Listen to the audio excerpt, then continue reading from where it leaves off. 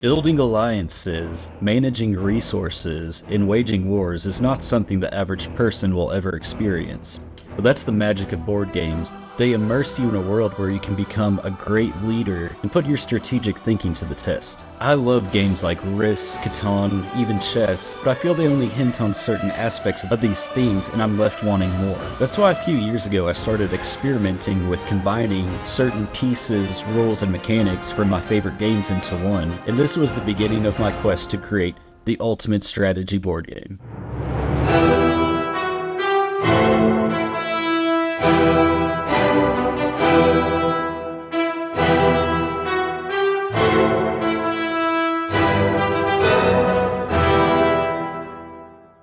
Now, as a graphic designer, I find board game creation liberating. It's a project that I have complete creative freedom over. Whatever art style I'm inspired by, I get to dive into and really share something with the world from my own imagination. There's something fascinating to me, and I think people in general, about models and miniatures. Maybe it's the fact we get a bird's eye view on things we normally wouldn't, and get to observe details we usually couldn't. Perhaps it's just a way for us finite beings to really observe this enormous world we inhabit. I've always had this curiosity, but I think watching the makings of my favorite film trilogy, The Lord of the Rings, really ignited it more. Just being able to see the amount of craftsmanship and detail they put into each set and prop lit something inside of me, and I've always wanted to do something similar. I even remember having the Lord of the Rings Risk Edition and being so fascinated by the little pieces, and I loved playing with them. That's the sort of detail I'd love to incorporate into my game. When a player looks down at the board, I want them to feel as if they're really looking down at a vast empire at their command.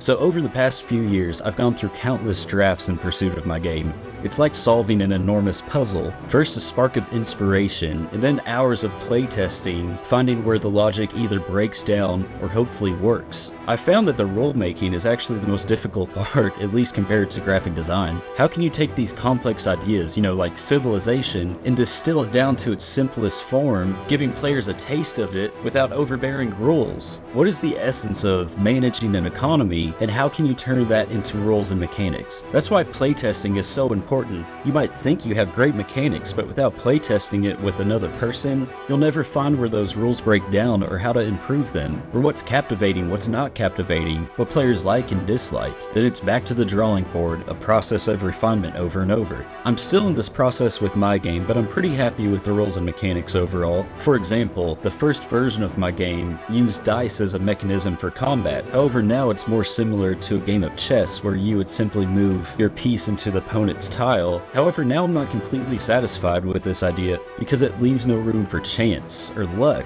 which real life always has. So just the other day, I actually think I came up with a fun solution to that, but you'll have to stay tuned on my channel to find out what that is. But that's what this whole process is about, conceptualizing and refining your ideas. But now that I have the basic structure and rules of my game set out, I can do what I really love, which is design. This step is so important because it's the first thing that players will see and the only thing they can judge the game on at first glance.